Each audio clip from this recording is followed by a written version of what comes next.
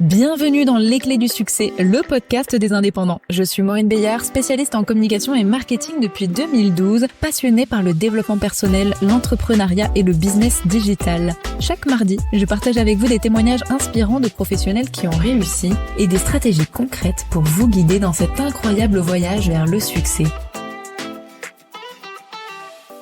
Aujourd'hui, dans ce premier épisode, je suis très heureuse d'accueillir Raphaël Durand, hypnothérapeute depuis 5 ans et énergéticien. Raphaël va nous partager les clés de son succès et comment est-ce qu'il a fait pour vivre aujourd'hui confortablement de son activité. Bonjour Raphaël, merci d'avoir accepté cette interview et bienvenue dans ce podcast. Bonjour Maureen, bonjour à tous. Vous êtes hypnothérapeute, vous exercez depuis 5 ans. Précisément, aujourd'hui, qu'est-ce que vous proposez? Qui vous êtes? Quels sont les services que vous avez à offrir? Donc j'ai un passé dans l'industrie à différents niveaux de responsabilité, de tout en bas à tout en haut, comme on a l'habitude de dire. Et ça me permet effectivement d'accompagner les personnes sur le côté très matériel, très business, très stratégique, mais en mettant l'humain au cœur et réellement, pas juste dans les mots. Et c'est vraiment en le faisant qu'en fait tout le reste suit. Donc j'accompagne les personnes en fait sur leur posture, généralement de manager, de directeur, en travaillant aussi leur posture personnelle, leur bien-être personnel. Et mieux ils se sentiront, mieux ils pourront accompagner leurs équipes, et mieux leurs équipes se sentiront, mieux les résultats seront là également. Il y a tout un cercle très vertueux à mettre en place. Ça fait 5 ans que vous exercez. Est-ce que vous pouvez nous raconter quelle a été votre transition? J'ai entendu qu'il y avait une vie d'avant. Il y a eu un choix à un moment donné d'une reconversion, a priori, une formation, j'imagine, et un lancement d'activité. Est-ce que vous pouvez nous raconter cette période, ce moment? Ce pont. Alors en fait, au moment où j'ai décidé de me mettre à mon compte, c'est un moment où j'avais atteint mes objectifs fixés 20 ans avant, tout bêtement. Je m'étais fixé des objectifs de carrière très précis que je voulais atteindre avant 40 ans, que j'ai atteints. Voilà, en faisant tout le nécessaire pour les atteindre. Et quand je les ai eu atteints, là, je me suis retourné sur moi-même en me disant et maintenant? Donc j'ai vécu ce que j'avais comme objectif et voilà pendant 2 ans. Et puis au moment où c'était opportun, je me suis mis d'accord avec l'entreprise pour la quitter. Et là vraiment arrêté. Et en fait, j'ai carrément tout arrêté. Je n'avais pas la moindre idée de ce que je voulais vraiment faire. Parce qu'une fois quand vous avez vécu pendant 20 ans avec un objectif clair et de revanche sur la société aussi, pour être transparent, il y a un moment où vous dites, oui, mais en fait, qu'est-ce que je veux vraiment au fond? Donc, je me suis juste laissé faire. Et pendant un peu plus d'1 mois, je me suis promené. J'ai découvert plein de choses. J'ai même découvert comment faire la cuisine. Ça veut pas dire que je la fais aujourd'hui, mais quand même, voilà, j'ai découvert plein de choses. Et puis, petit à petit, en fait, j'ai rencontré des gens. Voilà, en étant ouvert, j'ai rencontré des gens. Je savais que je voulais aider, accompagner. Je savais que je voulais aussi quelque chose de très varié. Et donc, j'ai été à un endroit où j'ai rencontré des consultants, des formateurs. Ces consultants formateurs m'ont permis de rentrer plutôt dans le monde entreprise, de me rendre compte de ce que je voulais faire. En parallèle, j'étais clairement sur mon chemin personnel. Et je trouve que c'est quelque chose de très important, c'est d'évoluer soi-même avant de chercher à vraiment accompagner les autres aussi. Donc, ça faisait quelques années que moi-même, je faisais finalement des formations, des week-ends, des séminaires pour moi. Et du coup, ça s'est en fait mêlé gentiment l'un et l'autre. Alors, au début, très clairement, 2 cartes de visite, 2 réseaux sociaux, je cherchais à tout séparer. Ça ne fonctionnait pas parce qu'on n'est qu'un. Et en fait, plus les gens découvraient que j'avais l'autre casquette, plus ils me disaient mais c'est génial. Ou finalement, c'est devenu une seule et unique casquette affichée dans un ensemble. Mais ça m'a bien mis 1 an, ça, d'assumer effectivement les 2 côtés. Et c'est peut-être une chose qui est un peu plus particulière justement chez moi, c'est que j'ai les pieds bien ancrés, je suis bien dans le matériel, je suis bien sur terre, bien incarné, et aussi très perché, très là-haut dans l'univers. Et c'est un mélange des 2. Et je pense qu'on est là pour ça, en fait. Ouais, je pense même que l'un va beaucoup mieux avec l'autre, parce que plus on est ancré et plus ça permet de monter haut. Ouais, je vous rejoins. Comment ça s'est passé, le développement de votre activité, de vos services, du coup? Donc, le jour où vous êtes dit, je vais me lancer à mon compte, comment vous avez commencé? Commencer petit, clairement, commencer par des contacts, commencer par aller rencontrer du monde et commencer aussi finalement par donner, d'ailleurs. Puisqu'il y a différents aspects. Alors, dans les soins, pas forcément trop. Alors, je l'ai fait. Maintenant, c'est pas forcément quelque chose que je conseillerais parce que un soin, faut qu'il y ait un échange. Alors, dans notre monde actuel, c'est un échange d'argent. Dans un monde passé, c'était du troc. Peu importe, faut qu'il y ait un échange parce qu'il y a une vraie valeur dans la chose. Donc, j'ai donné parce que c'est malgré tout important et j'ai aussi donné à des personnes qui, de toute façon, avaient besoin de recevoir de cette manière-là. Mais il faut aussi créer un échange assez rapidement. Mais j'ai aussi donné des ateliers collectifs, autant sur le côté professionnel que sur le côté vraiment thérapeute. Et c'est dans ces ateliers aussi que des gens ont reçu, se sont sentis bien. C'est pas forcément eux qui sont revenus, mais le bouche à oreille, le mot commence à circuler. Et effectivement, il y a d'autres personnes qui viennent, tout simplement parce qu'elles ont besoin. Donc voilà, différents aspects qui sont vraiment prendre son temps, aller aux bons endroits, rencontrer, donner. Et petit à petit, en fait, le bouche à oreille s'est fait sur chacune des activités jusqu'à ce qu'il n'y ait plus vraiment besoin de forcer la communication. Il y a toujours de la communication, évidemment, mais en tout cas, pas besoin de se forcer à la faire du tout. Alors, j'ai plusieurs questions. La première, c'est est-ce que vous êtes développé au niveau local ou est-ce que vous proposez des services en ligne? Alors, je me suis surtout développé au niveau local. Et en fait, le en ligne m'est venu de deux manières. Alors, une manière qui est pas très originale, évidemment, c'est merci Covid, merci confinement. Forcément, là on se réinvente, mais aussi une manière où mes patients clients bougent eux-mêmes. Et donc en fait, s'ils veulent continuer, et forcément c'est en ligne. Et donc ça s'est surtout développé de cette manière-là, du coup à travers le monde entier, c'est ce qui est assez sympa, mais pas dans une recherche de ma part. Et ça c'est juste un choix en fait. C'est que voilà, moi j'ai choisi plus d'être en présentiel, de rencontrer les gens. Et par contre, quand je suis pas là, on peut tout à fait le faire à distance. J'aime bien autant que possible commencer par au moins une fois avec la personne. Je trouve qu'il y a une relation de confiance qui est absolument cruciale et j'aime bien avoir cette relation en présentiel. Elle est possible aussi à distance. Je l'ai aussi fait, ça fonctionne. C'est vraiment un choix personnel. Du coup, en présentiel, ça se passe où? Alors soit en Touraine, sur Tours, soit beaucoup plus désormais en Bourgogne, à Chalon-sur-Saône. Au niveau des offres que vous proposez, est-ce que vous proposez des tarifs à la consultation, à la séance? Est-ce que vous avez des offres qui sont packagées? Comment vous proposez vos services finalement? Il y a effectivement une offre à la séance, ça c'est clair, et il y a un forfait, enfin 2 forfaits même, pour les personnes qui savent d'entrée qu'elles vont venir plusieurs fois. Il y a un forfait avec 6 heures pour l'un et 15 heures pour l'autre, avec ce qui fait un tarif à l'heure qui est un peu inférieur, dans lequel ils mettent ce qu'ils veulent. Alors quand je dis ce qu'ils veulent, c'est ce dont on a besoin à l'instant T. C'est-à-dire que ça peut se transformer en pure discussion coaching sur une séance, ça peut passer par de l'énergétique, ça passe par la technique, le besoin de l'instant, et là il n'y a aucune limitation. Voilà, c'est vraiment un package comme ça. Je n'ai pas de package complètement formé avec un programme hyper détaillé. Là aussi c'est un choix, parce que je préfère totalement en fait me laisser faire par rapport à la personne et à l'instant pour la personne.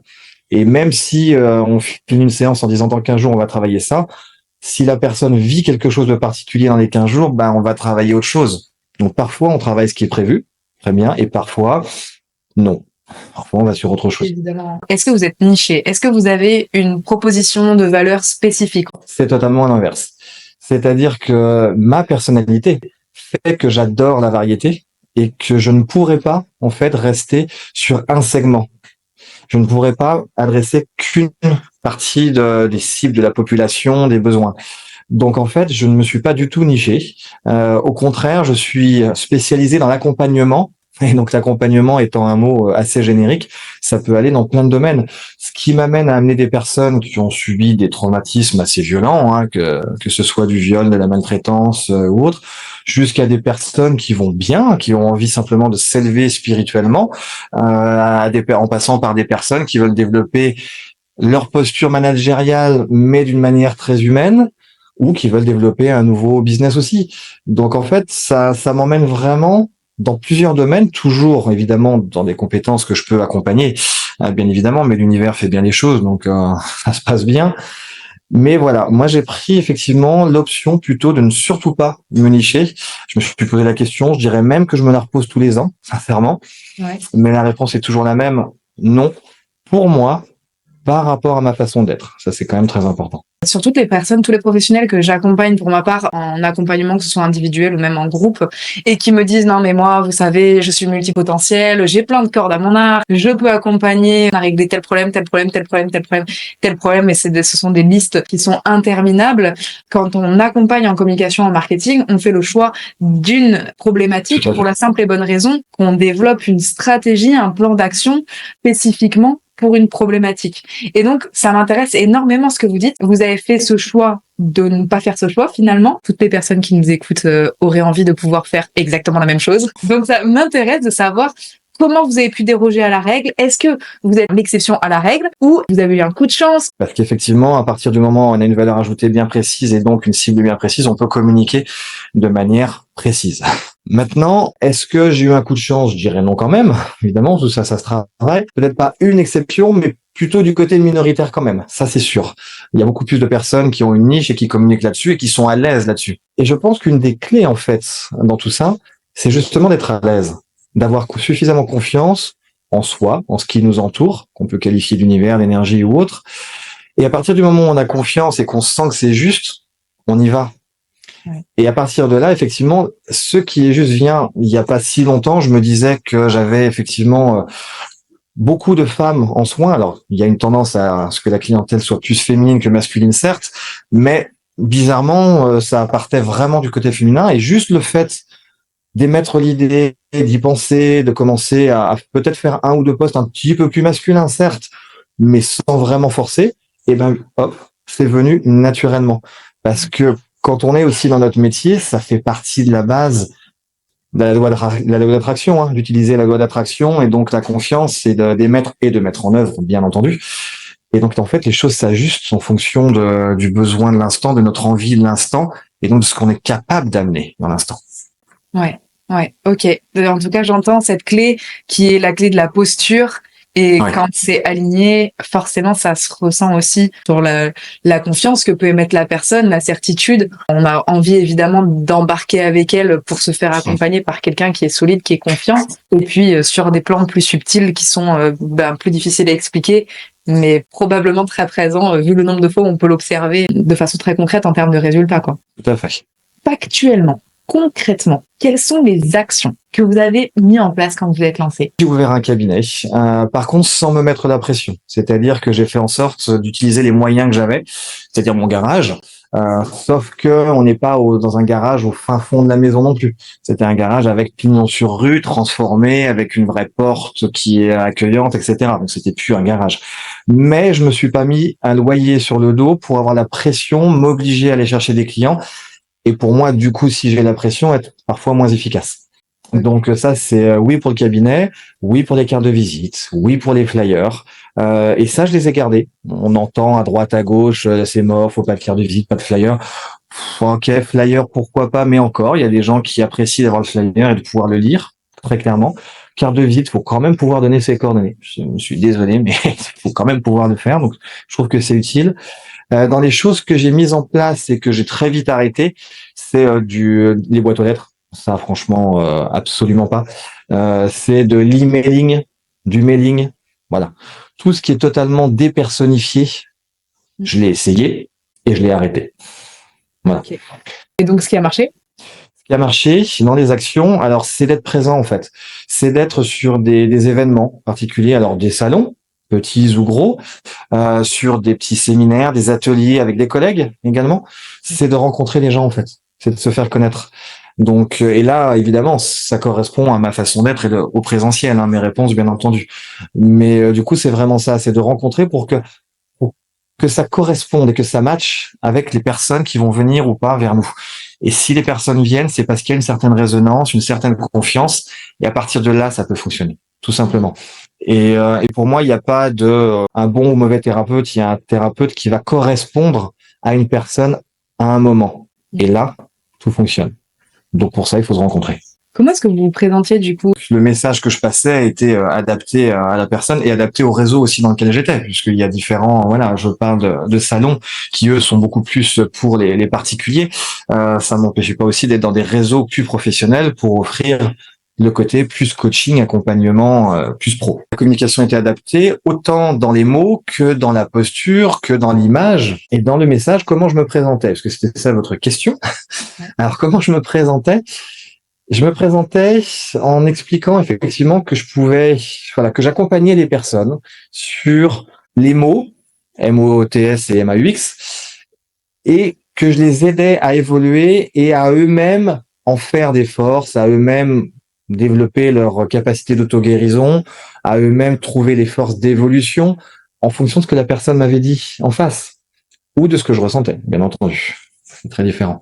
Donc, une présentation assez succincte, généralement. Et je pense que ça, par contre, c'est une des clés. Parce que qui dit présentation assez succincte dit écoute. Et qui dit écoute dit découverte d'en face ce dont la personne a besoin.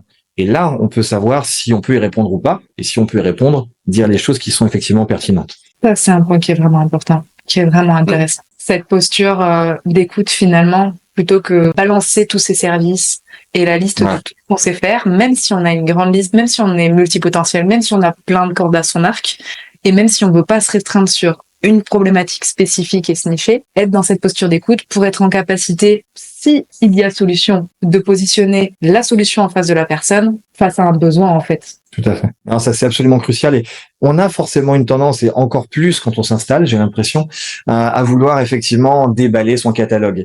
Sauf que la personne en face, ça n'intéresse pas. Ce qu'elle a envie, c'est effectivement qu'on la rassure, qu'on réponde à son besoin. Il y a même des fois où finalement, il n'y a absolument pas besoin de convaincre et quasiment rien besoin de dire parce que la personne ressent que là, c'est le bon moment, qu'elle a tel besoin, que vous répondez, ben oui, effectivement, je peux accompagner ça. Point.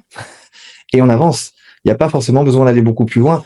La vraie écoute, la vraie de vraie, celle où on se tait autant dans les mots qu'on va dire qu'à l'intérieur de la tête, parce que c'est bien souvent, on se tait pas dans la tête, on est déjà préparé une réponse. Ça, c'est pas de l'écoute. La vraie écoute où on attend que la personne est finie, on a tout intégré et on laisse un silence parce qu'on en a nous-mêmes besoin pour pouvoir répondre, celle-là, elle fait qu'on va parler beaucoup moins, mais qu'on va dire quelque chose de pertinent. Très intéressant aussi cette notion d'être en écoute active et pas construire sa phrase à l'avance sur qu'est-ce qu'on va bien pouvoir répondre de très intelligent. Ouais. Est-ce que ça s'est développé tout de suite pour vous? Est-ce que vous êtes passé par des moments de doute? Alors développer tout de suite, non. Clairement, de ce qu'il faut effectivement commencer à se faire connaître. Donc quelques mois avant que ça commence à décoller gentiment et au moins 6-8 mois avant qu'il commence à y avoir un petit peu de bouche à oreille. Est-ce qu'il y a eu des moments de calme? Le seul moment, malheureusement, ça a été de doute. Ça a été le moment, là aussi, Covid confinement, qui a fait qu'il a fallu se remettre en cause. Bon, voilà, pendant quelques jours, on dit maintenant, il va se passer quoi? Parce qu'on est non essentiel, non machin. Donc, qu'est-ce qui se passe? Et puis, là, en fait, on repart finalement un peu au démarrage en se disant, qu'est-ce que je peux offrir? Et donc, à ce moment-là, ce que j'ai fait, et on était deux d'ailleurs à ce moment-là, c'est qu'on faisait des ateliers en ligne. Voilà. Et les gens se connectaient et ça leur faisait du bien. Et puis après, potentiellement, ils prenaient un soin à distance, en visio également. Mais c'était surtout des ateliers effectivement collectifs mis en ligne sur notre cher ami Facebook, on ne veut pas le citer, qui fonctionnaient très bien. Et avec les retours qu'on a pu avoir à ce moment-là, nous-mêmes finalement, ça nous a rassurés aussi. C'était sur des thématiques précises? Oui, c'était toujours sur une thématique précise, parce que là, effectivement, faut intéresser les personnes à venir. Et à la rigueur, si je peux compléter là, et peut-être anticiper une question, je ne sais pas, les thématiques qui étaient mises en avant n'étaient surtout pas sur des thématiques techniques. On n'allait pas expliquer une technique, une façon de faire, mais plutôt sur un besoin. Le fameux lâcher prise, par exemple, l'estime de soi. Qu'est-ce qu'on apporte? Et ça, évidemment, ça permet aux gens de se reconnaître, de s'intéresser ou pas, et de venir. Si on veut expliquer des termes qui sont très bien et des techniques qui sont très bien, je sais pas moi, kinésiologie, géobiologie, des choses que j'apprécie, mais le titre en tant que tel n'attirerait pas forcément. Par contre, le bénéfice que les gens ont derrière, là, était très important. Donc, c'était systématiquement sur ça. Je me souviens de certains ateliers qui expliquaient comment faire des routines du matin. C'était pas routine du matin, c'était le bénéfice pour que la journée se passe bien. 2000%, évidemment, ne pas parler de son outil, et on a tous tendance à faire ça et à dire qu'est-ce que l'hypnose? Oui, cet atelier intéresse potentiellement de quelques personnes qui veulent peut-être devenir hypnothérapeute. Comment ne pas tuer son conjoint pendant le confinement? C'est un vrai problème. Tout à fait. On dirait que c'est du Les gens vécu. peuvent se reconnaître. Comment vous faisiez la promotion du coup sur Facebook? Est-ce que c'était la création d'un événement sur Facebook? Est-ce que vous aviez créé un groupe? Est-ce que vous aviez déjà du réseau, des contacts? Comment ça s'est passé? Alors j'avais déjà développé effectivement ma page Facebook avec quelques milliers de contacts et c'était clairement la création d'événements et la mise en avant de l'événement avec des envois d'invitations et un suivi de ces invitations. Il y a un vrai travail quand même de fourmi derrière où oui on peut créer un événement et se dire c'est bon ça va tourner, ça va venir. Même quand on commence à avoir un certain succès, non, ça vient pas tout seul. Une partie vient tout seul, mais on complète pas. Donc oui, on est obligé d'aller cliquer sur partager, inviter, renvoyer, le remettre sur certains groupes particuliers. Voilà, chaque jour, il faut être là, il faut aller le faire, ça s'apprend au fur et à mesure. En vrai, il n'y a rien de sorcier, faut s'y mettre, faut accepter effectivement d'utiliser l'outil pour ce qu'il est aujourd'hui. Ouais, super. Merci pour ce témoignage de, effectivement, parfois quand on ne sait pas, tout simplement, on ne connaît pas, on peut se dire, bah, j'ai créé l'événement, mais il y avait personne. Ou j'ai fait des flyers, mais ils sont sur la table de l'entrée ou Ouais, sur le siège voilà. passager de l'auto. Oui, Oui, donc évidemment, s'ils ne sont pas distribués, ça sert pas à grand chose. Ben, les événements, c'est pareil, un site internet, c'est pareil. L'idée, c'est ensuite d'aller diffuser, faire en sorte que les gens soient au courant.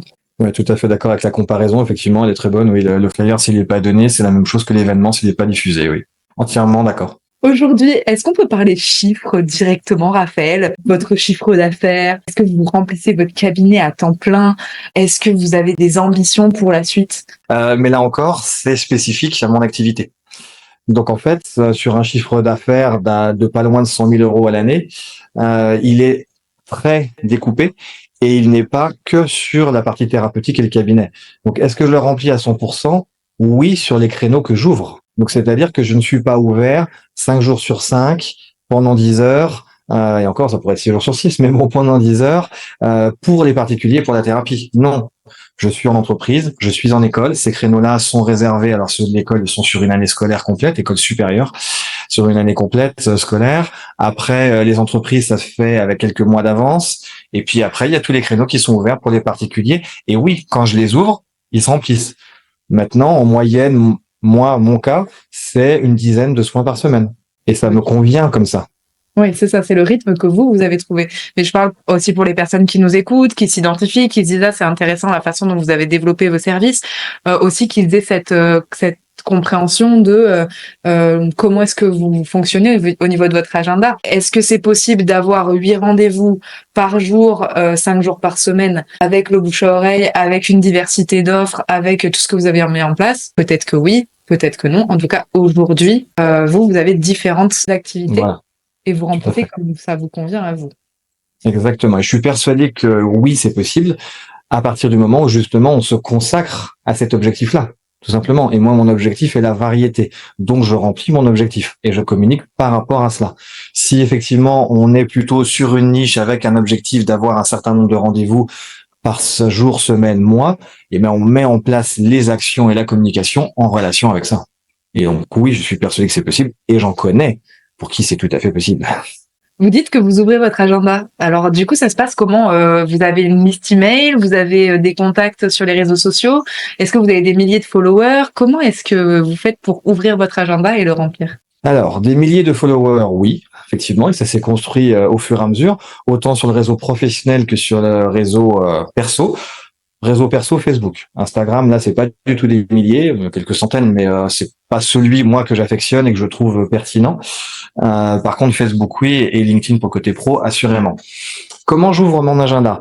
En fait, je suis sur une plateforme de prise de rendez-vous qui s'appelle Zendez-vous et qui permet effectivement à toutes les personnes qui ont l'habitude de venir ou celles qui me découvrent d'aller en ligne et de remplir. Il y a une synchronisation automatique avec mon agenda Google qui est celui qui me permet de vivre au quotidien, dans lequel je mets mes rendez-vous pro, voire les moments de pause aussi. Je mets tout ce que je souhaite mettre dans mon agenda Google et en fait, il est synchronisé automatiquement avec celui en ligne, donc Zendez-vous, et n'apparaissent en ligne que les créneaux que je souhaite ouvrir. C'est par là que je veux dire effectivement les créneaux que j'ouvre. Et donc, les personnes choisissent en fonction. Après, s'il y a urgence et que c'est quelqu'un qui me connaît, il y a toujours un petit texto qui peut tomber, effectivement. Bien sûr, et on trouve un moyen. J'aimerais qu'on donne un mot de plus sur Zendeo parce que du coup, vous faites partie des fondateurs, des cofondateurs. Est-ce que vous pouvez nous en dire un petit peu plus sur cette solution? Alors, je fais partie effectivement des associés à ce jour. Les fondateurs sont Marlène et Jérôme. Donc, on est aujourd'hui 3 associés parce que c'est un projet qu'en fait, moi, j'avais en tête depuis plus d'1 an aussi, qui n'est pas forcément allé jusqu'au bout, qui n'a pas été abouti et maintenant je sais pourquoi, puisque je les ai croisés. Eux l'ont lancé effectivement en début 2023 et c'est vraiment en fait une communauté. C'est-à-dire que bon bah moi-même évidemment je suis thérapeute, c'est pour ça que vous m'avez contacté. Jérôme est coach, Marlène est formatrice et en fait on a eu envie de créer quelque chose qui n'était pas commercial et qui était vraiment une communauté pour l'ensemble des thérapeutes et des coachs qui bien sûr amène un outil de prise de rendez-vous qui est bien fait et tout va bien, mais qui va au-delà, qui permet effectivement de se retrouver entre nous, qui permet aussi de communiquer. Et c'est vrai que votre thématique est la communication. Notre but aussi au sein de Zendez-vous, c'est pas que l'outil, c'est vraiment de mettre en avant toutes les pratiques pour qu'elles soient vues, connues, reconnues et reconnues comme normales aussi, puisqu'on peut être considéré comme nous perchés ou les gens qui viennent nous voir comme malades. Non, c'est pas obligatoire ni l'un ni l'autre. Ouais. Bon, même si on peut être perché des fois, oui, bien sûr, mais c'est pour le plaisir. Donc, c'est vraiment pour que ce soit mis en avant aujourd'hui, des personnes qui vont voir des coachs, c'est tous les grands hommes politiques, tous les grands sportifs, sauf qu'on ne le sait pas. Nous, ce qu'on veut, c'est suffisamment de communication, en utilisant Zendez-vous, évidemment, et toute la communauté, pour que justement ce soit normalisé. Pour que justement, les gens se disent, tiens, j'ai envie d'évoluer sur telle thématique personnellement, ben, je vais sur Zendez-vous et je sais que je vais trouver quelqu'un qui va pouvoir m'accompagner, en qui j'aurai confiance et qui va me faire évoluer. Voilà. Sur votre parcours, est-ce que vous avez, et ce sera ma dernière question, rencontré des impasses, des moments où vous êtes parti dans une direction et où en fait il n'y a pas eu de débouché, des erreurs, des choses que vous aimeriez conseiller aux personnes qui écoutent, peut-être de ne pas faire? Le conseil déjà que je donnerais par rapport à ce que vous venez de dire, c'est que quoi qu'il arrive, acceptez-le et sortez-en quelque chose. Déjà. Parce qu'effectivement, pour moi, il n'y a pas d'impasse. Il peut y avoir des choses qui ne fonctionnent pas. Je les appellerai même pas des erreurs. Je les appellerai des expériences, des choses que l'on a décidé de faire à un moment, qui vont de toute façon nous apprendre quelque chose. Si je cite l'une des seules personnes que j'aime citer, qui est Nelson Mandela, c'est voilà, je ne perds jamais, j'apprends ou je gagne. Et c'est toujours ça en fait. On va vivre des choses. Ces choses-là vont avoir un intérêt, on va pas s'en rendre compte, peut-être jamais qu'on s'en rendra compte, mais nous aurons nourri à un moment ou à un autre. Donc effectivement, dans mon parcours, déjà, il y a eu des difficultés, que ce soit à l'enfance, que ce soit au cours du parcours également. Il y a eu des pertes beaucoup trop tôt, par exemple, qui m'ont effectivement fait évoluer moi, qu'on ne voudrait pas vivre, parce qu'évidemment, c'est pas juste, c'est pas correct, c'est pas le bon âge, etc. On ne voudrait pas les vivre. Elles sont là. Donc à partir du moment où elles sont là, qu'est-ce qu'on fait effectivement pour aller sur un chemin qui nous fait du bien, qui nous fait évoluer, tout simplement. Donc ça, ce sont pas des impasses, mais ce sont des difficultés qui nous permettent par contre d'avancer. Le petit caillou sur lequel on peut trébucher ou sur lequel on peut rebondir, tout simplement. Et même si je trébuche, moi de toute façon, je ferai un plus grand pas pour me récupérer derrière. C'est ça l'objectif, tout bêtement. Donc voilà. Après, si je vais plus quand même dans le sens de ce que vous disiez, plus erreur, etc. Assurément, il y a des moments où j'ai bugué. Moi, j'appelle ça un bug. Et où oui. Alors après, notamment par contre le début du parcours. Ouais, je pense que je vais revenir sur cet exemple de tout à l'heure où j'ai vraiment voulu scinder la casquette très professionnelle et la casquette très thérapeutique. Et ça, c'est vraiment une erreur. Parce que en tant qu'accompagnant, on doit nous-mêmes être bien dans nos baskets. Et pour être bien dans nos baskets, il faut bien qu'on s'accepte comme un tout. Si je cite Star Wars, là, par contre, les deux côtés de la force, on les a en nous. Mais lequel est-ce qu'on veut montrer, lequel est-ce qu'on veut utiliser? Donc, on s'accepte comme un ensemble, et cet ensemble-là, on l'utilise. Et effectivement, finalement, j'ai fait cette erreur au début, quasiment pendant 1 an, en voulant scinder vraiment le professionnel et le particulier. Et ce sont mes clients, que je remercie tous, les uns après les autres, qui effectivement m'ont dit, mais c'est génial ce que tu fais à côté, je suis content de le savoir. J'ai même une entreprise qui a choisi de travailler avec moi parce que, justement, j'étais thérapeute aussi à côté. Ils voulaient que je l'aide à se développer, et ils sont très bien développés, puisqu'ils sont passés de 15 à plus de 30, et le résultat suit. Mais il l'a fait parce qu'il savait que je n'étais pas que dur, parce qu'il faut parfois savoir prendre des décisions difficiles, mais qu'il y avait en fait une vraie raison humaine derrière, de par le côté humain. Donc, ne cherchons pas à cacher quoi que ce soit. On est un ensemble, on l'utilise du mieux possible, et ça va nous amener ce qui est juste par rapport à nous et là où on peut du coup être le plus efficace dans notre accompagnement. Merci pour ce message. Je pense que c'est très important. Ça fait partie des fondamentaux de ce qu'on appelle le personal branding, l'image de marque personnelle. Mais au-delà de l'image, c'est déjà, ça revient et ça reboucle la boucle par rapport à ce que vous disiez au départ, c'est-à-dire être bien aligné, bien dans ses baskets. Déjà, ça aide, hein, pas se diviser à l'intérieur de soi-même. Ouais, clairement. Et il se trouve qu'en termes de com, on valide, en tout cas, les postulats de départ de la com valident, puisque le personal branding, c'est justement ces multifacettes qui créent une personnalité qui font que on a envie de travailler avec vous parce que c'est vous et parce que vous avez toutes ces facettes-là. On est aligné. Un mot de la fin, un conseil, je sais pas, une astuce, quelque chose que vous auriez envie de dire aux personnes qui nous écoutent? Faites-vous plaisir. C'est le but. Clairement. On est sur cette terre pour expérimenter, pour se faire plaisir, pour avancer. Donc, chaque chose que l'on peut créer ou chaque chose qui nous arrive, prenons-la avec un esprit de jeu et avançons, tout simplement. Magnifique, je pouvais pas faire mieux. Merci beaucoup pour cet échange. Où est-ce qu'on peut vous retrouver, Raphaël? Alors, j'ai un site internet déjà qui s'appelle donc www.changeevolution.fr, donc en un seul mot avec le commun puisque tout changement est une évolution, donc même le mot se transforme. Et après, évidemment sur la plateforme Zendez-vous, bien entendu. Et puis en réel, au moins au cabinet de Chalon-sur-Saône, effectivement, en plein centre-ville. Je pense que c'est déjà pas mal. Après aussi sur les réseaux, sur Facebook, sur Instagram, sur LinkedIn, Raphaël Durand, vous me trouvez assez facilement.